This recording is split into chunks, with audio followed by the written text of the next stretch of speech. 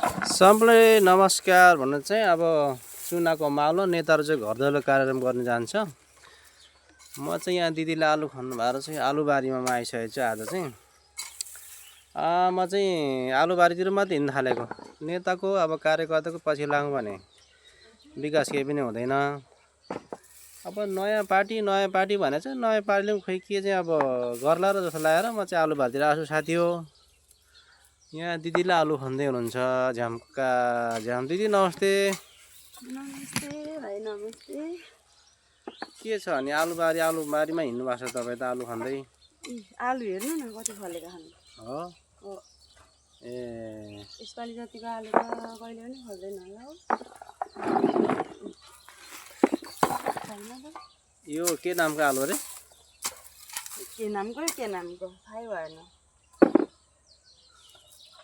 चारवटा पाँचवटा फलेको रहेछ। के अरे के भन्छ चक्रे के भन्छ हौ यो चक्लेट चक्रे अरे क्या भित्र चक्रे। ल साथीहरू यो आलु रोपेको ठ्याक्कै 3 महिना भयो। यो आलु रोपेको भिडियो मैले पनि हालेको थिएँ होला तपाईँहरू सामुमा। आज चाहिँ यहाँ दिदीले आलु खन्दै हुनुहुन्छ। आलु कस्तो फलेको छ र खासै ठुलो चाहिँ फलेको छैन। तपाईँहरूले देखिहाल्नु कस्तो आलु फलेको छ। बोट आएको थियो कम्मर तर बोट चाहिँ सबै मरिसकेको छ यसरी है। यो फलेको भनौँ या नभनौँ मैले कुरा बुझिनँ। यहाँ चाहिँ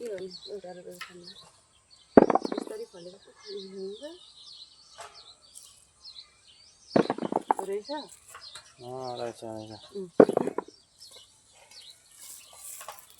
बोट सानो थिएन बोट आउँदाखेरि आलु फल्दैन यसपालि आलु फलेन।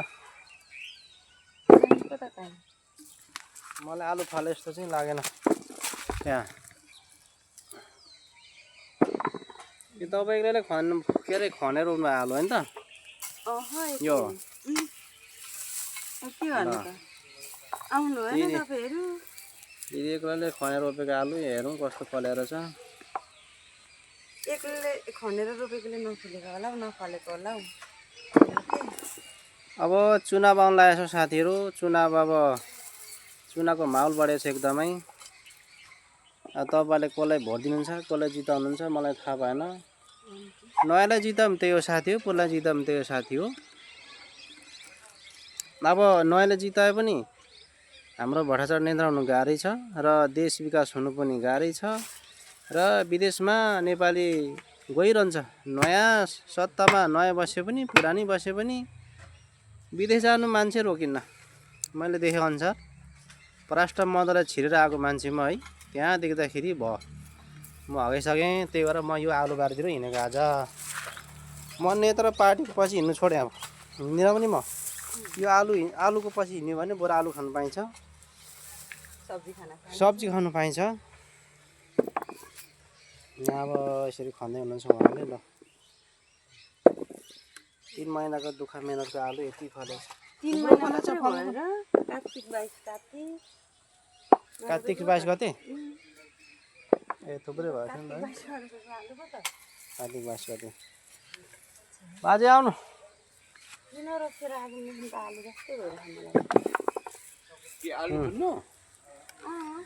ए बाजे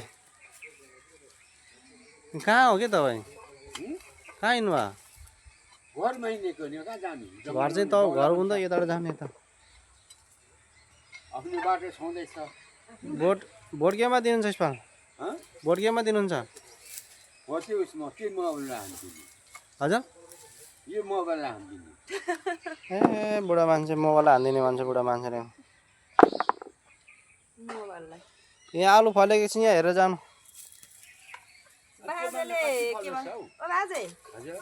तपाईँले सिकाए अनुसारले आलु रोपेको के फलेन हेर्नु त यस्तै हो। यो आफैले रोपे आलु चाहिँ त्यहाँ फुलिएर फलेको रहेछ। सबै तपाईँले सिकाएपछि रोपेको आलु यो हो। यो चाहिँ यसमा चाहिँ मल थिएन बरु मल नहालिरोपेको मैले नभए तपाईँले सिकाए अनुसारले रोपेको। आलुलाई अनि यहाँ मलै लगाएको छैन पानी नहालिकन आलुमाथि मल हाल्नु अनि फल्छ मुनि चाहिँ लाउनु पर्छ मल आलुको मुनि आलुकै मुनि लगाएको छु हामीले जम्मै मल गराएको अब हेरौँ